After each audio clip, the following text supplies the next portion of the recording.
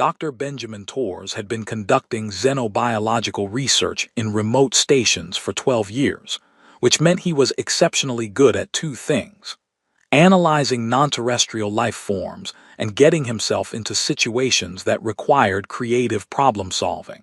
The current situation, being completely, hopelessly lost in a floating city that appeared to be designed by architects who thought physics was more of a suggestion than a law, definitely qualified for the second category.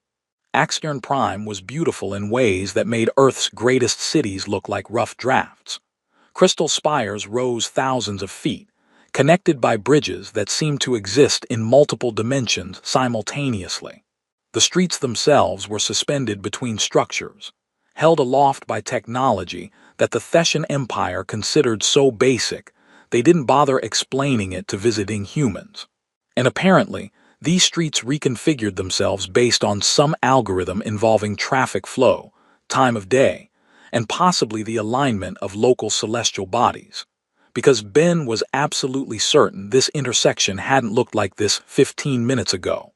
His datapad showed his location as a blue dot in a sea of unhelpfully labeled districts. The delegation rendezvous point was a different blue dot approximately 2 miles away, through what appeared to be several dozen reconfiguring street segments, and possibly a pocket dimension. Ambassador Chen was going to kill him, or at least subject him to the kind of disappointed lecture that made actual death seem preferable. "I just wanted to photograph the bioluminescent architecture," Ben muttered to himself, checking his translator for the 17th time.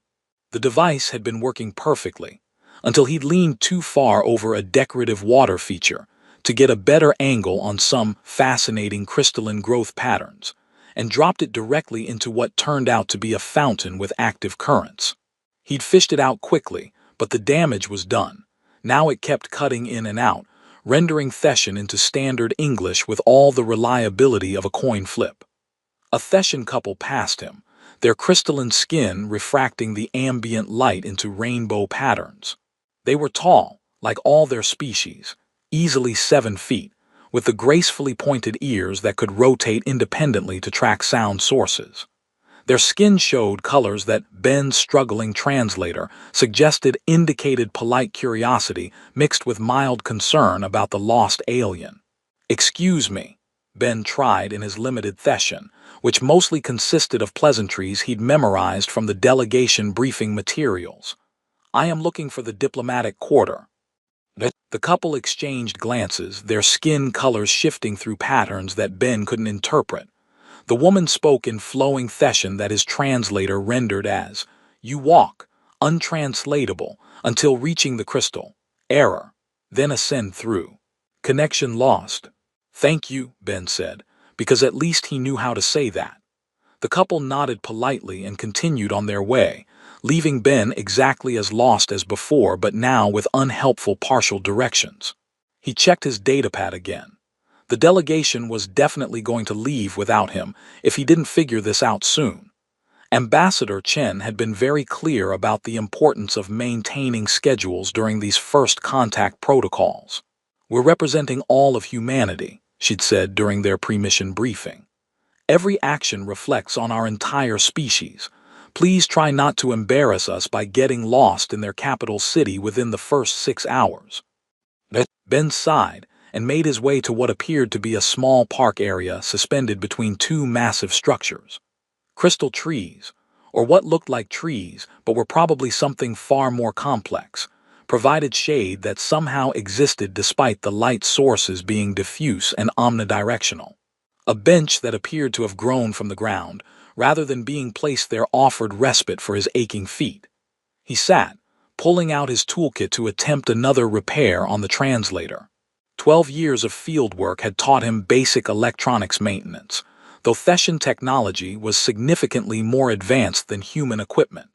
Still, water damage was water damage regardless of which planet's engineers had designed the circuits. While carefully opening the translator's casing, Ben noticed a small figure near a fountain about 30 feet away. A Thessian child, considerably smaller than the adults he'd encountered, standing alone and clutching something to her chest. Even without a working translator, Ben recognized the body language of a distressed kid, the kind of posture that said she was trying very hard not to cry but wasn't succeeding. Ben glanced around, looking for parents or guardians. The park area was relatively empty, just a few Thessians moving through without paying attention to the child. Her skin was showing colors that cycled rapidly through shades Ben's broken translator couldn't identify, but which screamed emotional distress in any language. His xenobiological training included extensive work with different species, including their young. Universal rule: a distressed child needed help regardless of whether they were human, Thessian, or silicon-based life forms from Tau Ceti. Ben carefully set down his translator repair tools and approached the child slowly, keeping his movements deliberately unthreatening. "Hey there," he said softly, aware she probably couldn't understand him but hoping tone would carry meaning. "Are you okay?" The child looked up, her large eyes, more prominent than adult Thessians, giving her face an almost haunting quality, fixed on him. Her skin flashed through colors that suggested fear mixing with something that might have been curiosity. She took a small step backward, clutching whatever she held even tighter. Ben stopped his approach, crouching down to make himself less imposing. "It's okay. I'm not going to hurt you. I'm Ben. I'm lost too, actually, which might make me the least threatening person you could run into." He offered what he hoped was a reassuring smile. The child tilted her head, her ears rotating slightly to focus on his voice. She said something in Thessian, her voice carrying those same harmonics that adult Thessians had, but at a higher pitch, that was somehow both alien and achingly familiar to anyone who'd ever heard a scared kid. Ben wished desperately for his translator to work. Instead, he tried communication through action. He pointed to himself. "Ben," then gestured to her with a questioning expression. She hesitated, her skin shifting through several colors before settling on something that might have indicated cautious willingness to engage. "Lyria," she said softly, the name coming through clearly despite the linguistic differences. "Lyria. That's a beautiful name." Ben smiled again, then noticed she was looking at what she held, a small mechanical construct that appeared to be some kind of toy. It looked like a bird, or what Thessians might consider a bird, with delicate metallic wings and a body that suggested it should be capable of flight. Currently, it hung limp in her hands, obviously not functioning. "Is your toy broken?" Ben asked, pointing to the construct. Lyria's skin flashed through colors that definitely indicated sadness. She nodded, holding the toy out slightly as if offering it for inspection. Ben carefully extended his hand, moving slowly. "May I look at it? I fix things sometimes. Not always successfully, but sometimes." Lyria studied him for a long moment, her ears tilting forward in what Ben hoped was consideration rather than preparation to run. Finally, she took a small step forward and placed the toy in his hands with the careful trust of a child who'd been taught to be cautious but desperately wanted help. The construct was lightweight, clearly designed for a child's play, but the engineering was sophisticated even by Thessian standards. Ben turned it over carefully, examining the joints and energy nodes. His xenobiology background included enough mechanical systems knowledge from maintaining field equipment that he could usually puzzle out basic machinery regardless of its origin. "Let's see what we have here," he murmured, more for his own benefit than for communication. "Energy source looks intact. Wing mechanisms are undamaged. Ah, there's the problem." A small coupling that connected the central power node to the flight systems had come loose, probably from rough play or an unfortunate drop. Ben pulled a micro tool from his belt, one of the universal implements that every field researcher carried, and carefully manipulated the coupling back into its proper position. The toy required delicate handling. Whatever materials the Thessians used were strong but precisely calibrated, and human fingers were definitely not designed for their fine mechanics. After 3 minutes of careful adjustment, during which Lyria watched with intense focus, Ben felt the coupling click into place. The toy immediately came to life, its wings beginning to flutter with soft whirring sounds. It lifted from his hands, hovering in the air between him and Lyria, and emitted a series of musical chirps that suggested it was programmed to be interactive.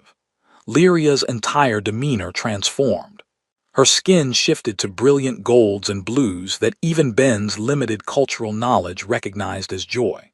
She laughed, a sound that was surprisingly similar to human child laughter despite the harmonic qualities, and reached for the toy, which bobbed around her head in what appeared to be programmed playful behavior. "There you go," Ben said, feeling the kind of satisfaction that came from solving a problem, even a small one. "All fixed." Lyria clutched the now functioning toy, her skin continuing to show those happy colors.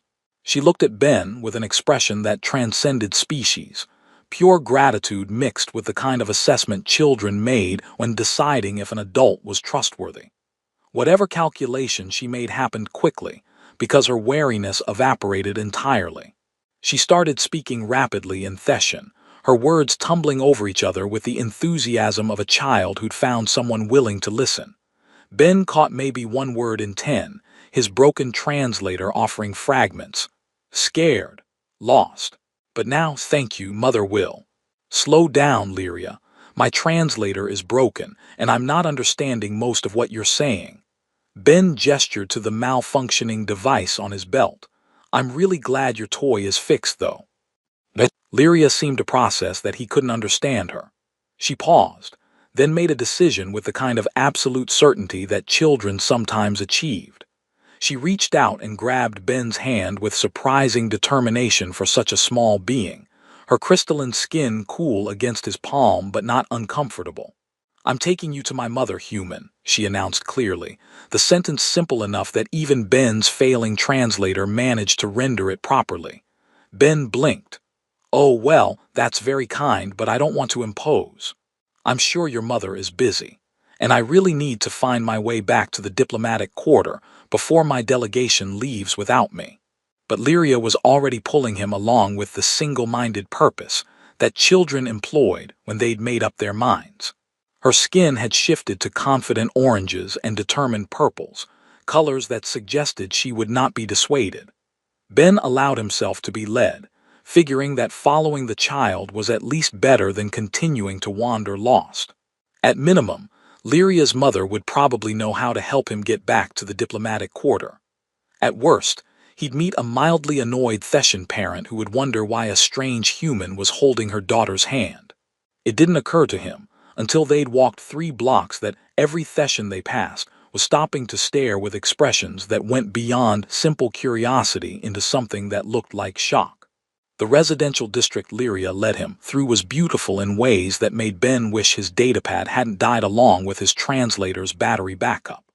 The architecture here seemed even more organic than the commercial areas, buildings that looked like they'd been grown rather than constructed, with balconies that defied gravity and gardens that existed in vertical orientations that hurt his earth-trained spatial reasoning.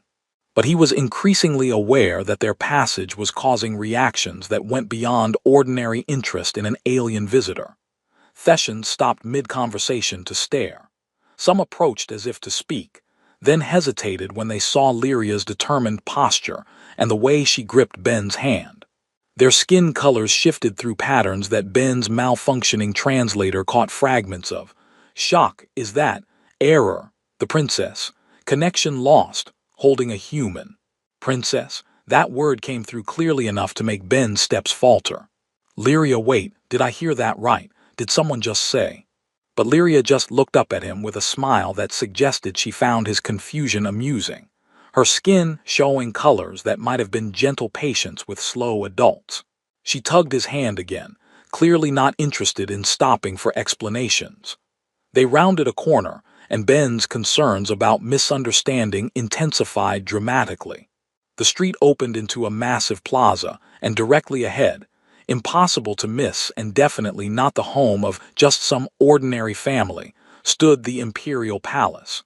Ben had seen it in the delegation briefings.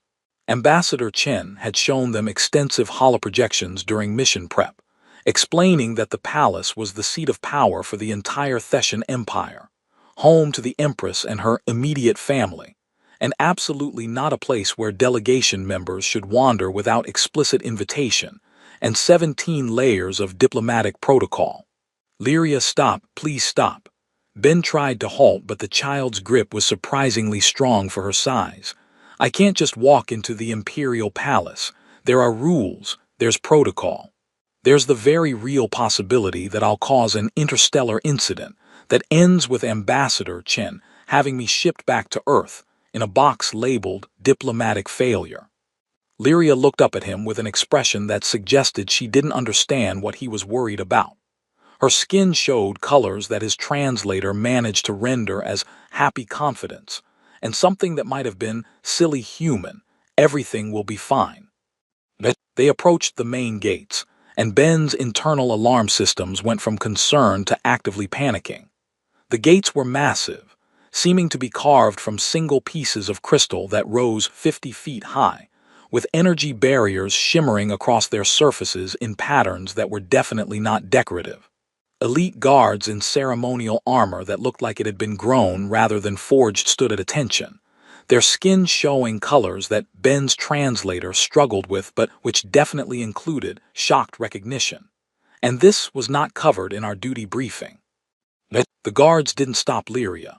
That was the part that made Ben certain he'd somehow ended up in a situation that was going to define the rest of his career, and not in a good way.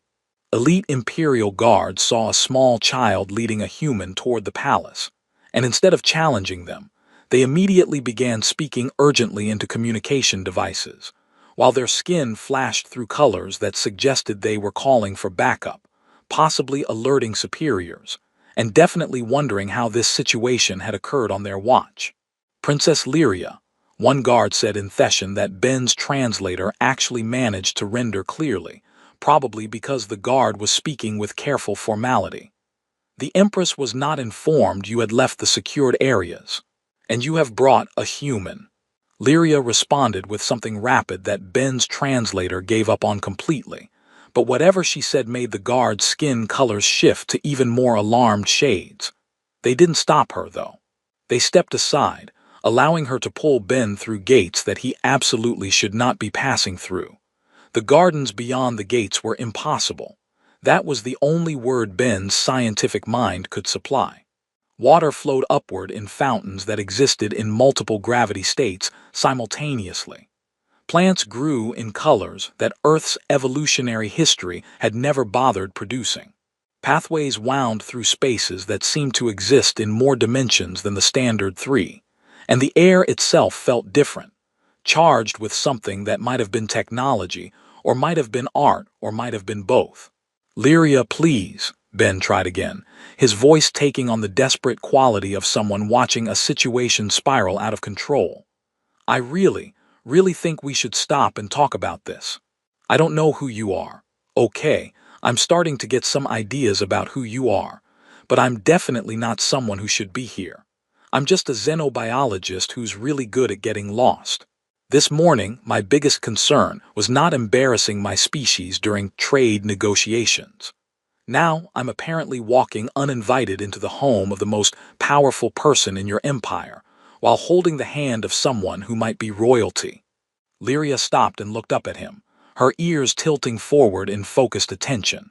She spoke slowly, clearly in Theshan that even his broken translator managed. You fixed my toy. You weren't scared of me like the others. Mother will want to meet you. The others? Ben asked, but Lyria was already moving again, pulling him toward the palace proper. They climbed steps that seemed to be carved from solid light, through doorways that recognized Lyria and opened automatically, along corridors where more guards and what appeared to be court officials stopped mid-task to stare with expressions that ranged from shocked to horrified to simply baffled. Several started to approach, possibly to intervene, but something about Lyria's determined posture or the way her skin showed absolute confidence made them hesitate. Ben heard fragments of conversations as they passed, his translator offering incomplete but deeply concerning snippets. Hasn't trusted anyone since. Error. 6 months after the attempt. Connection lost. Bringing a human to the Empress. Untranslatable. Unprecedented. The corridors grew progressively more elaborate, art and architecture combining in ways that suggested they'd moved from merely palace into actual throne room territory. Ben's heart was racing now, his xenobiologist training warring with his human survival instincts. Part of him was fascinated by the cultural implications of what was happening. The rest of him was certain he was about to create the kind of diplomatic incident that would be studied in first contact classes for generations. They entered a final corridor, this one lined with guards whose armor was even more elaborate than the gate's sentries, their skin showing colors that Ben's translator rendered as highest military authority, and really wishing they'd gotten a different duty assignment today. At the end of the corridor, massive doors stood open, revealing a chamber beyond that made everything they passed through look modest by comparison. "Lyria," Ben said, his voice barely above a whisper, "I think we should really reconsider." But they'd already crossed the threshold into the throne room, and Ben's words died in his throat as he took in the sheer, impossible scale of the space. The throne room of the Thessian Empire looked like someone had taken a cathedral, a museum, and a physics experiment, and combined them into something that existed partially outside normal space. The ceiling soared upward into shadows that might have been architectural, or might have been something else entirely. Crystal pillars rose at intervals that suggested both structural support and artistic expression, each one showing flowing patterns that might have been decorative, or might have been some kind of information display Ben couldn't interpret. And at the far end of the chamber, on a throne that appeared to be carved from a single massive crystal that contained entire galaxies within its depths, sat the Empress of the Thessian Empire. She was taller than any Thessian Ben had encountered, her bearing radiating authority in ways that made his primate hindbrain want to drop to the ground and submit to the obviously superior being. Her crystalline skin showed patterns that shifted through every color simultaneously, creating a display that Ben's overwhelmed translator identified as Supreme Royal Designation, highest possible rank. Her ears were adorned with jewelry that appeared to be actual compressed starlight, and her robes, if they could be called robes, seemed to be woven from light itself. Court officials and advisors stood in precise formation around the throne room, their skin colors carefully neutral in the way that suggested they were all trying very hard not to react to whatever was happening. More guards lined the walls, their attention locked on the small princess who just entered holding a human's hand. The Empress saw them. Her eyes, larger than human eyes, more prominent, and currently showing an expression that transcended species barriers, fixed on Lyria and the strange alien her daughter had brought home. The entire throne room held its breath.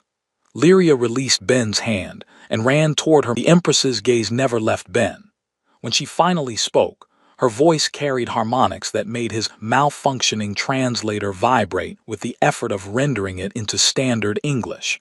But the words came through with crystal clarity. "Lyria, you have brought a human into the throne room." It wasn't quite a question, more an observation that suggested the Empress was processing information that challenged her entire framework of expectation. Lyria nodded enthusiastically, her skin showing colors that definitely meant pleased with myself. She continued speaking, gesturing to Ben and to her now functional toy, clearly explaining the entire encounter from her perspective. Ben stood frozen in the center of the throne room, acutely aware that dozens of eyes were on him, that half the guards present probably had weapons trained on him despite their formal postures, and that he had approximately zero idea what protocol required in this situation. "Bo, kneel. Run very fast in the opposite direction." The Empress's attention shifted fully to him, and Ben felt the weight of that assessment like a physical force. She was evaluating him with the kind of focused intensity that suggested she could read his entire psychological profile through observation alone. When she spoke again, it was in perfect standard English, the accent suggesting extensive study and possibly direct neural language integration. "Dr. Benjamin Torres of the Terran delegation. My daughter, who has barely spoken to anyone outside immediate family since an assassination attempt 6 months ago, who has been terrified of strangers regardless of species, who screams when unfamiliar people approach her, has brought you into my home by her own choice." Assassination attempt. That explained the fragments Ben had overheard, the way guards had reacted, the significance that everyone seemed to attach to Lyria choosing to trust him. Your Majesty, Ben managed, his voice somehow staying level despite his internal panic. I apologize for the intrusion. I was lost in the city and I encountered Lyria in distress. Her toy was broken and I fixed it. She insisted on bringing me here, and I followed because she seemed determined, and I thought perhaps her mother. You could help me find my way back to the diplomatic quarter. I had no idea she was princess, or that this was inappropriate, or that I was about to create what is probably a significant diplomatic incident. Honesty seemed like the best policy when you'd accidentally walked into an imperial throne room, holding the hand of traumatized royalty. The Empress studied him for a long moment.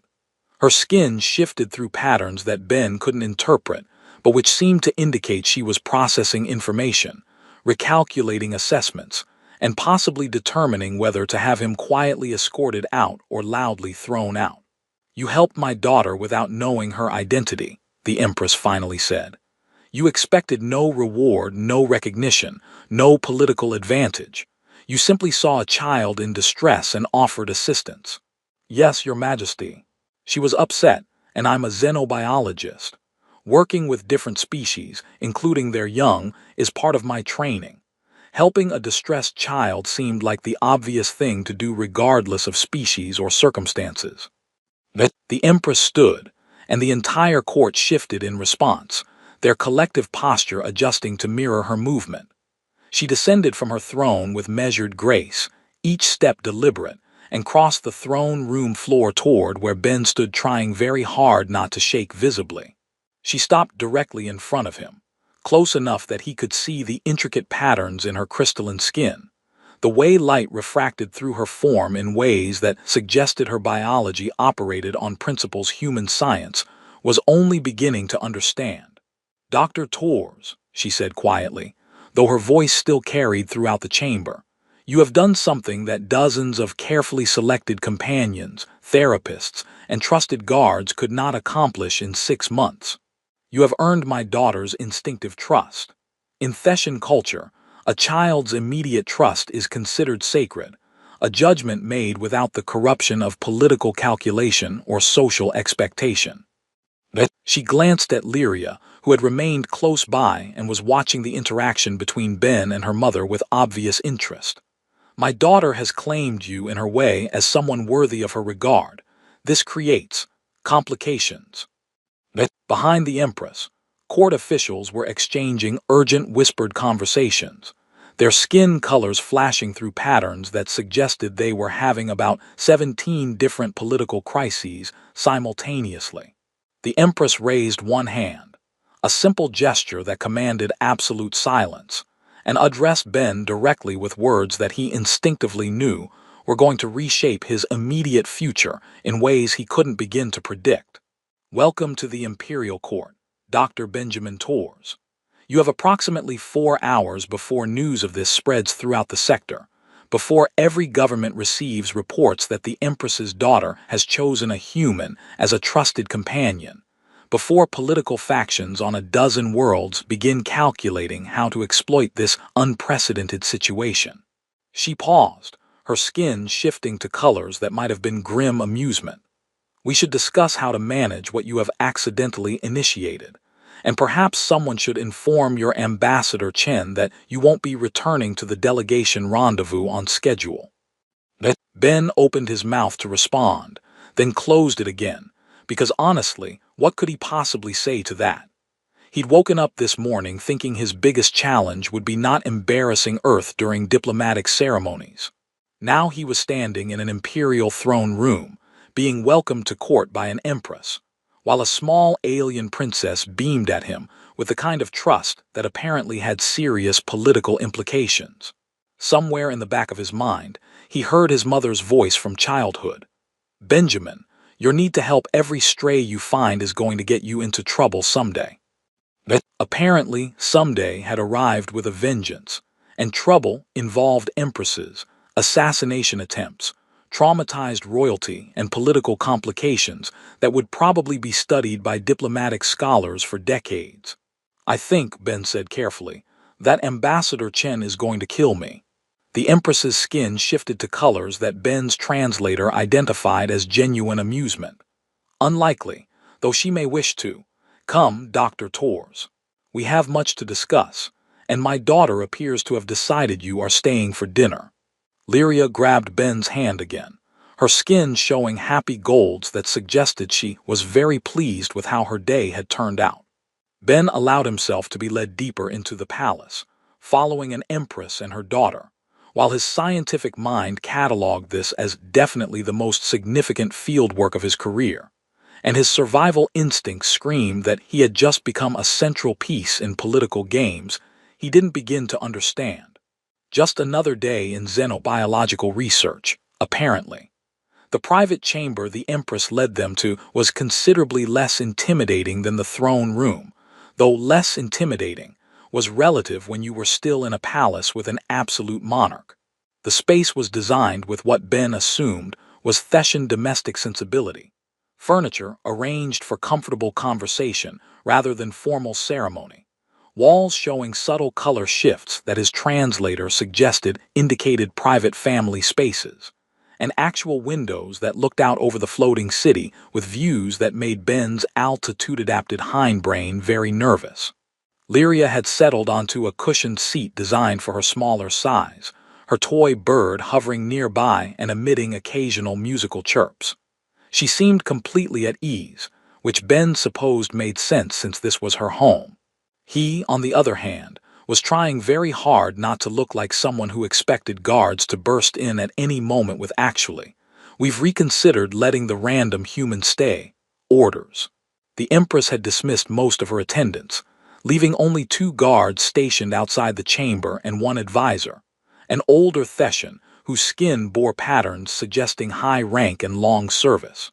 The advisor's expression, to the extent Ben could read Thessian expressions, suggested she was experiencing several forms of stress simultaneously. "Dr. Tors," the Empress began, settling into a seat with the kind of grace that suggested she'd spent a lifetime perfecting formal posture. "Before we discuss the political implications of your presence here, I need to understand exactly what transpired between you and my daughter. Please be thorough. Details that seem insignificant to you may carry weight in Thessian cultural context." Ben recounted the entire encounter, getting lost, finding Lyria distressed by the fountain, the broken toy, his repair work, her sudden determination to bring him to meet her mother. He tried to be as precise as possible, aware that he was essentially giving a scientific field report to someone who could probably end his diplomatic career with a single word. Throughout his explanation, the Empress listened with focused intensity, her skin shifting through subtle color changes that Ben couldn't interpret. Lyria occasionally interjected with her own commentary in rapid Thessian that Ben's translator struggled with, and the Empress would nod or ask gentle clarifying questions.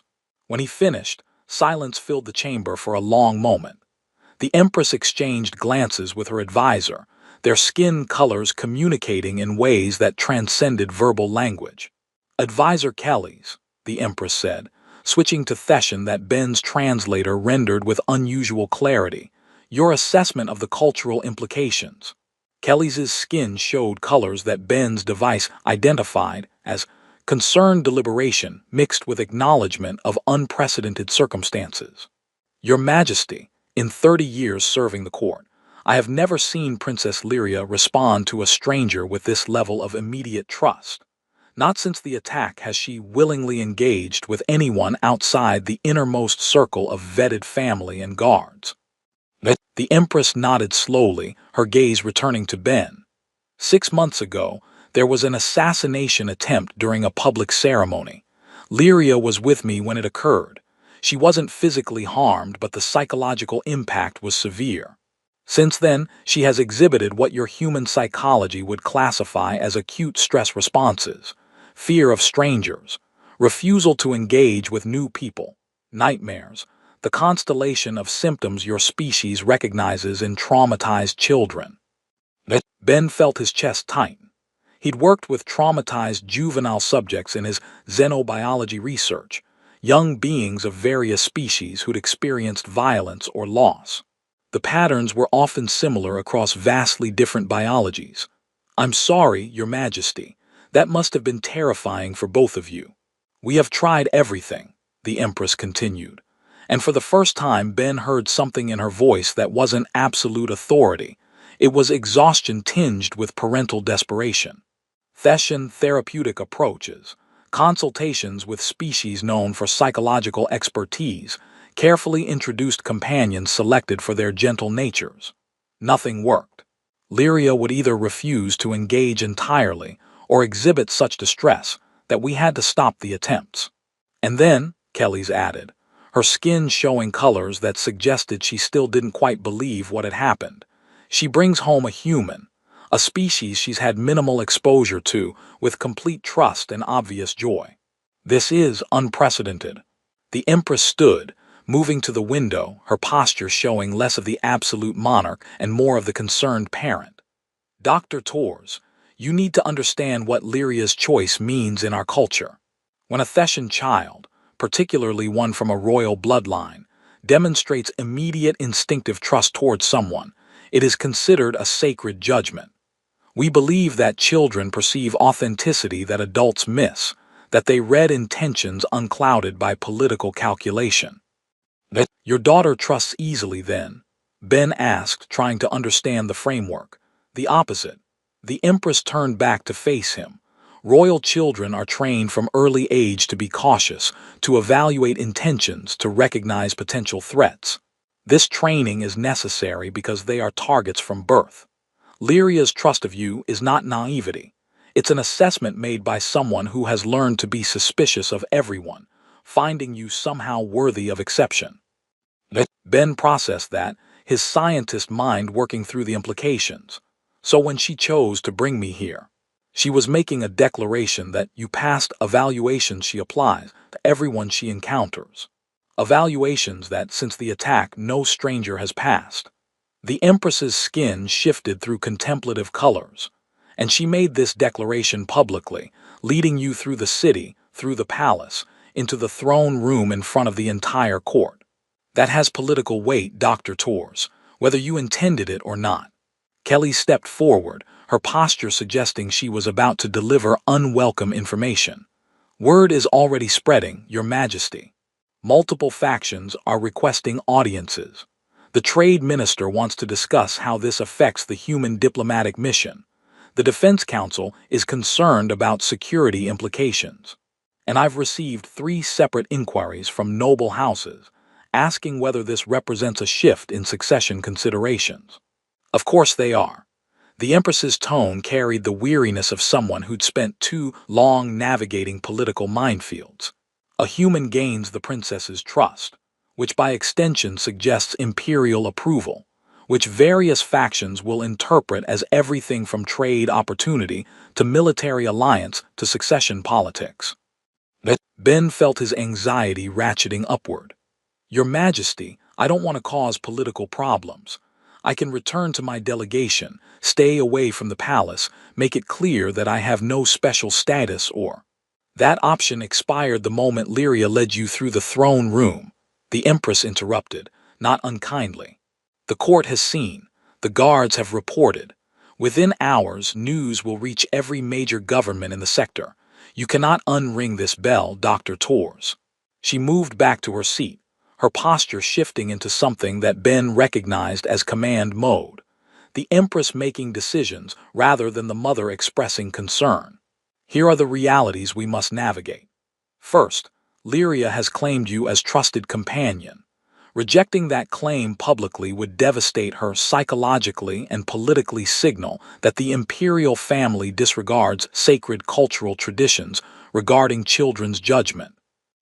Second, Kelly's continued, clearly working in practice tandem with the Empress, multiple factions will attempt to exploit your presence for their own political advantage. Some will offer you benefits to influence the princess, and by extension, imperial policy. Others will see you as a threat and work to undermine or eliminate that perceived influence. Third, the Empress said, her skin showing colors that suggested grim calculation, there are still those who orchestrated the assassination attempt 6 months ago. We never identified all the conspirators. If they perceive you as having genuine access to the imperial family, you become a target either for exploitation or elimination. Ben's mouth had gone dry. So by helping a lost child, I've accidentally made myself a piece in political games that might get me killed. Welcome to imperial politics, the Empress said with what might have been dark humor. Though to be fair, you're also in the unique position of having earned something that hasn't existed since the attempt, my daughter's genuine trust and happiness. That has value that transcends political calculation. Lyria, who had been quietly playing with her toy during the adult conversation, chose that moment to speak up. She said something in Theshan while looking directly at her mother, her skin showing colors that even Ben could recognize as determined insistence. The Empress's expression softened. Lyria wants to know if you're staying for dinner, and if you'll show her more about human toys, and if you can visit again tomorrow. Ben looked at the small princess, her large eyes fixed on him with trust that he absolutely didn't deserve but couldn't bear to betray, and felt his resistance to this insane situation crumbling. I would be honored to stay for dinner, Lyria, and yes, I can visit tomorrow if your mother allows it. Lyria's skin flashed to brilliant golds and blues, joy colors Ben was learning to recognize. She launched into excited chatter, and the Empress actually smiled, a genuine expression that transformed her from absolute monarch to mother pleased to see her child happy. That's settled then, the Empress said. Doctor Tors, here is what I propose. You will accept the role of cultural liaison and special companion to the princess. This gives you formal position in the court, which provides protection and status that will discourage casual attempts to exploit or harm you. It also legitimizes your presence in ways that satisfy the political factions, who are currently scrambling to understand what this means.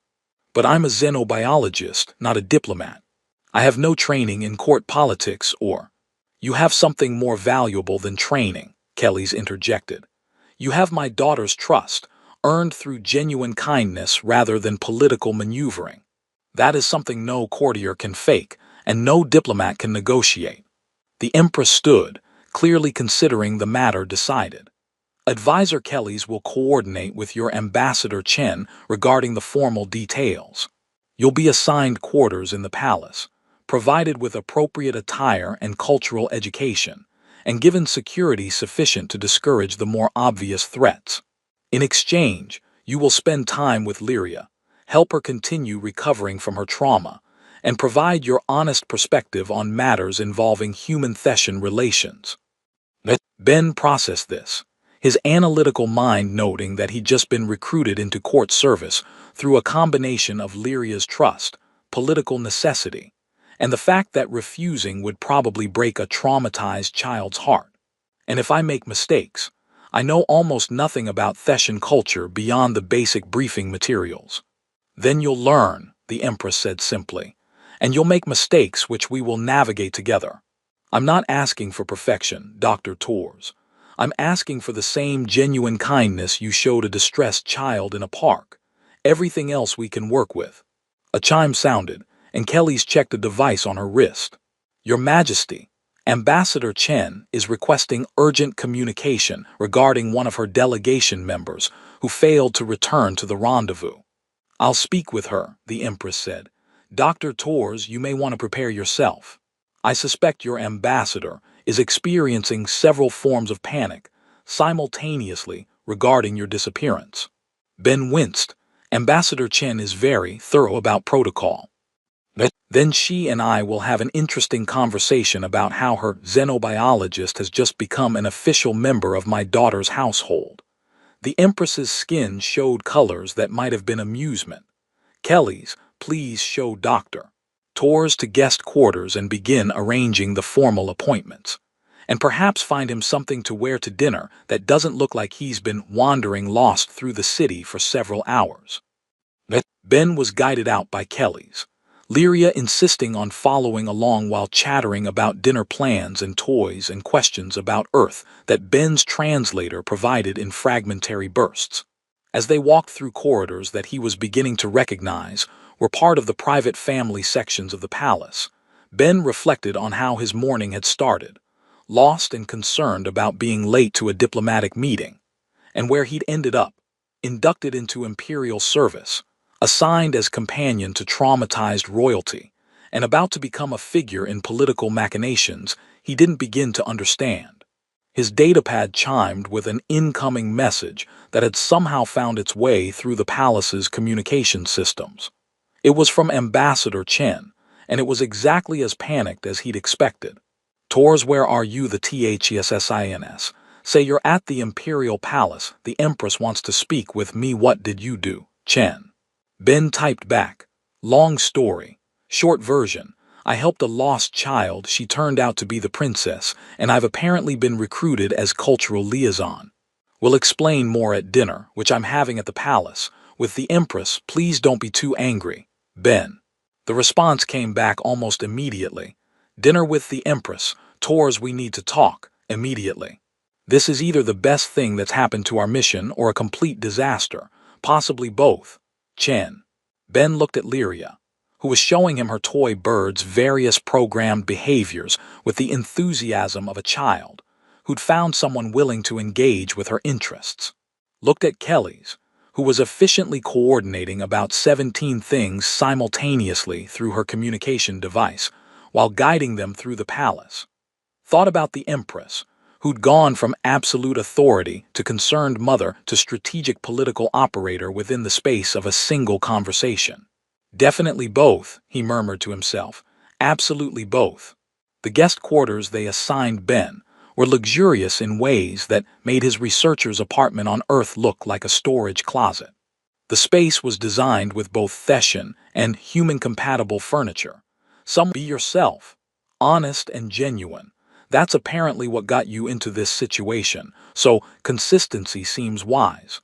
Though perhaps try not to accidentally agree to anything with major political implications.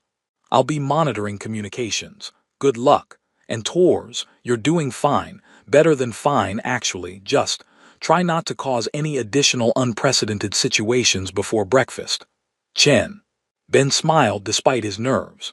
He changed into the formal attire that had somehow appeared in his quarters, clothing that seemed to be a hybrid of Thessian and human design sensibilities, comfortable but clearly marking him as someone of status within the court. When he examined himself in the mirror, he barely recognized the researcher who'd been lost in a city that morning. Kelly's returned precisely on time, her posture suggesting she'd been coordinating multiple crises simultaneously and was handling it with practiced efficiency. "Dr. Tors, you look appropriately formal. Before we proceed to dinner, I need to brief you on several matters that have developed in the past hour." Ben settled into a chair, noting that Kelly's skin was showing colors his translator suggested indicated controlled stress, with undertones of grim satisfaction. Good developments or concerning ones? Both, as seems to be the theme of today. Kelly's activated a holographic display showing what appeared to be news feeds from multiple Thessian information networks. "News of the princess's choice has spread faster than we anticipated. The major networks are covering it as the lead story. Most responses are positive. Citizens pleased to see Lyria showing trust and joy after months of concern. But there are political reactions we must navigate." The holographic feeds showed images of Ben and Lyria walking through the city, apparently captured by security surveillance, and now being broadcast across the empire. Thessian commentators spoke in rapid language that Ben's translator worked overtime to render.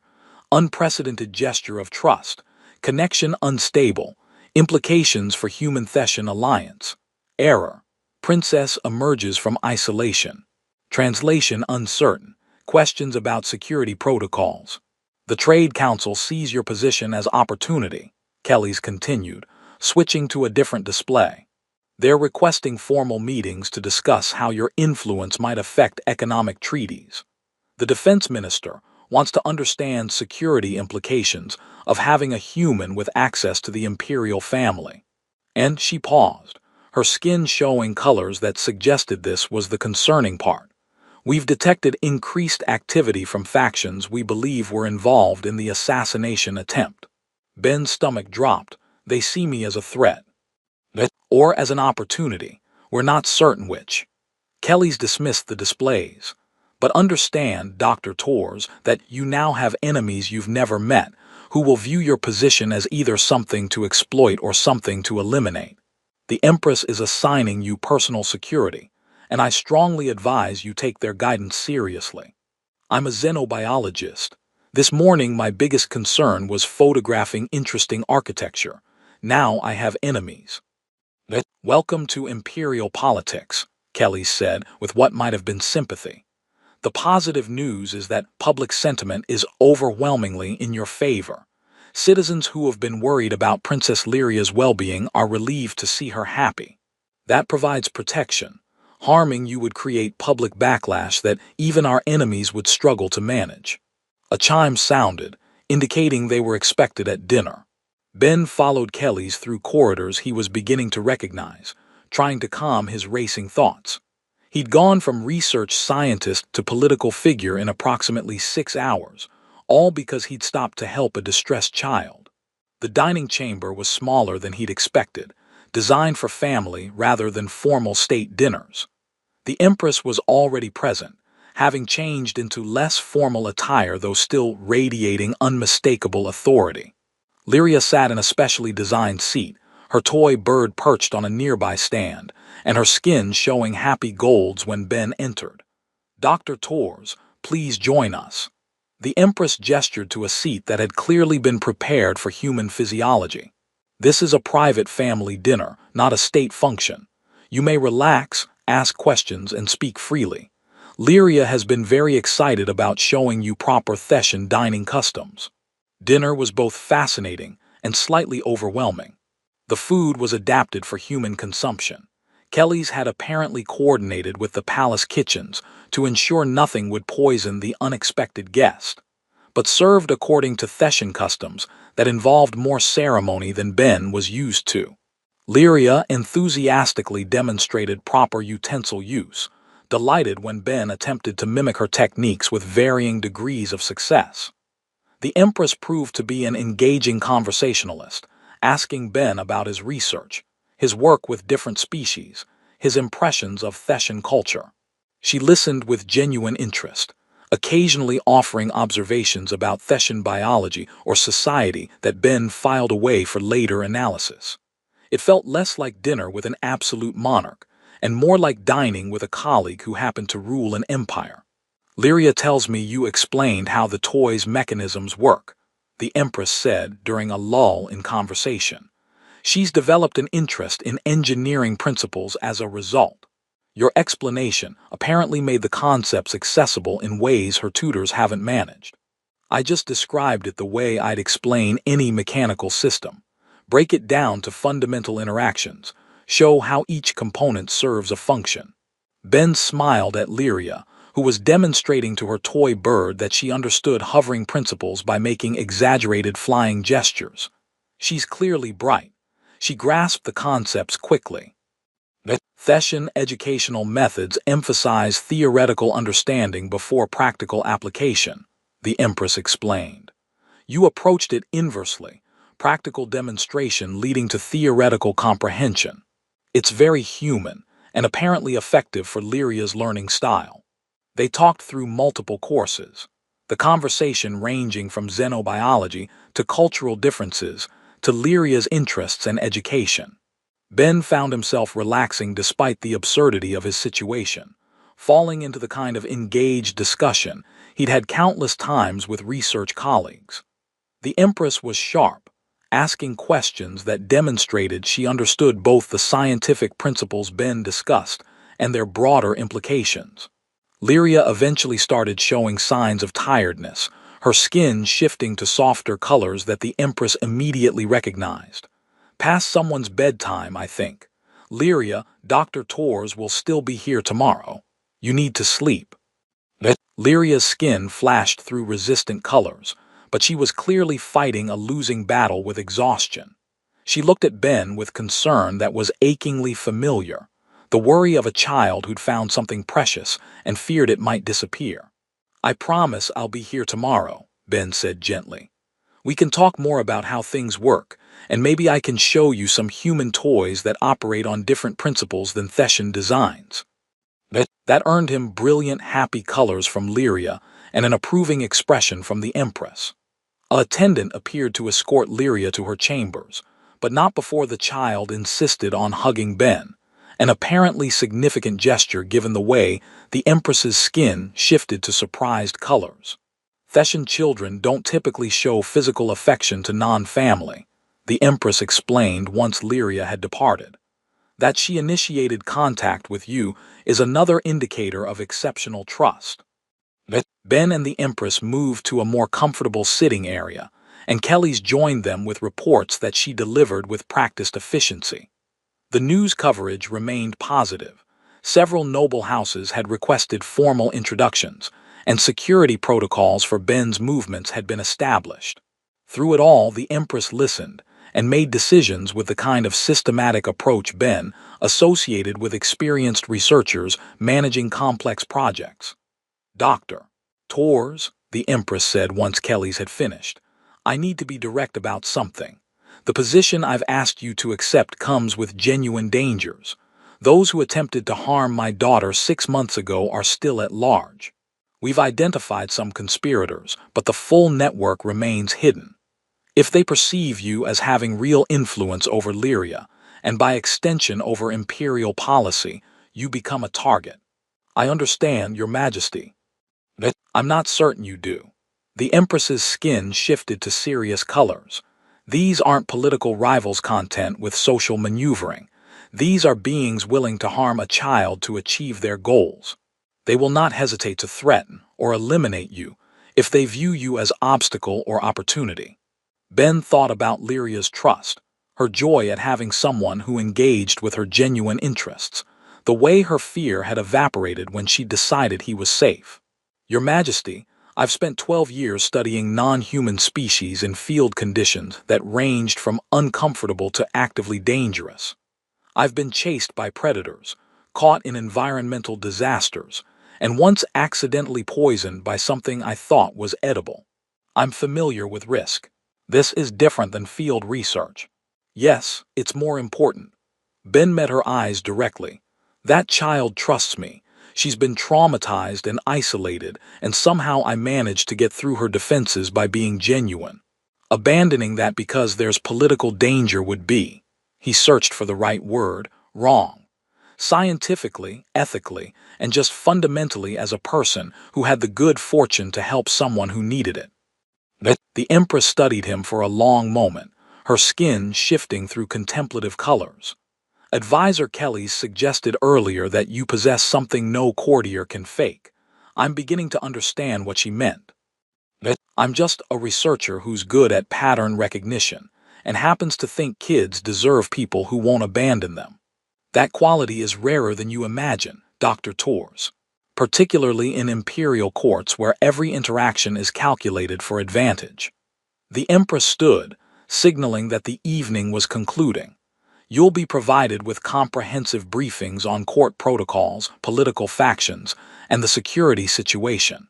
Your movements will be coordinated with protection details, and you'll have direct communication access to myself and Advisor Kelly's for questions or concerns." Ben stood as well, aware that he was being dismissed, but also being brought into something significant. "Your Majesty, may I ask, why are you trusting me with this? You have court full of experienced advisors, guards, and diplomats. Why give a human researcher access to your daughter?" The Empress's skin shifted through colors Ben's translator identified as complex mix of hope, concern, and parental determination. "Because in 6 months, no one else earned her trust. You did so in 20 minutes without trying. Either you're exceptionally skilled at manipulation, which our security assessments suggest you're not, or you're genuinely what you appear to be. Someone who helps because it's right, who responds to distress with assistance rather than calculation." I'm betting on the latter, Dr. Tors. For Lyria's sake, and possibly for reasons that extend to our people's future relations. She paused at the doorway, looking back. Sleep well. Tomorrow will be challenging. You'll need to navigate formal introductions, security briefings, and likely several attempts by various factions to either recruit or test you. But you'll also have time with Lyria, which will make the political circus worthwhile. Ben returned to his quarters with his mind spinning through everything that had happened. He composed a detailed message to Ambassador Chen, outlining the security situation and the Empress's expectations. Her response came quickly. Tors, you've accidentally positioned yourself at the center of Theshan imperial politics, earned the trust of traumatized royalty, and possibly created foundation for unprecedented human-Theshan alliance. The diplomatic corps is both thrilled and terrified. Earth government is requesting regular updates, and I'm trying to figure out how to explain this in reports. Stay safe. Trust your instincts. And Tors, you did good today, really good. That child needed someone genuine, and you were there. Chen. Ben stood at the window, looking out over the crystalline city that he'd been lost in just this morning. Somewhere in the palace, a small princess was hopefully sleeping peacefully for the first time in months, trusting that the strange human would still be there tomorrow. Somewhere in the empire, political factions were calculating how to exploit or eliminate his presence. And somewhere on Earth, his colleagues were probably laughing at the idea that Ben Tors, reliable, methodical, gets lost in cities Ben Tors, had somehow become a figure in imperial politics. His datapad showed the time. Approximately 16 hours since he'd left the diplomatic delegation to photograph architecture.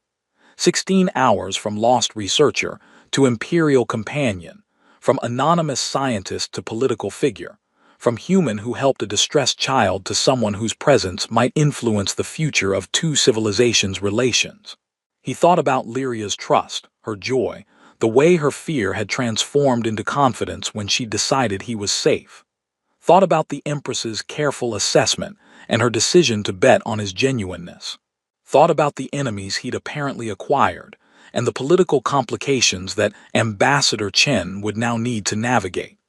And then Ben Tors, xenobiologist who'd always preferred fieldwork to politics, made a decision that would define everything that followed. He'd be exactly what he appeared to be. Genuine, honest, focused on helping a child heal rather than playing political games. Let the court manipulate and calculate. He'd just be someone Lyria could trust.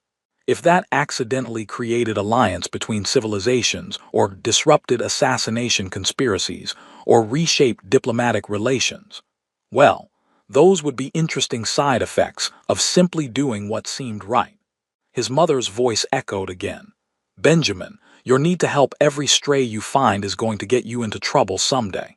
Looking out over an alien city from palace quarters, having accepted a position as companion to imperial royalty, with enemies he'd never met and political complications he barely understood, Ben finally understood what she'd meant. And he wouldn't have changed a single choice that brought him here. Tomorrow would bring formal court politics, security briefings, and probably several new forms of trouble. But it would also bring time with a small princess who decided he was worth trusting, who laughed when her toy bird chirped, who'd grabbed his hand with absolute confidence that he'd keep her safe. That made everything else worth navigating. Ben Tors, accidental courtier and the most improbable political figure in recent Theshan history, settled in to sleep in a palace on an alien world, ready to face whatever complications tomorrow would bring. All because he'd stopped to help a distressed child who happened to be a princess.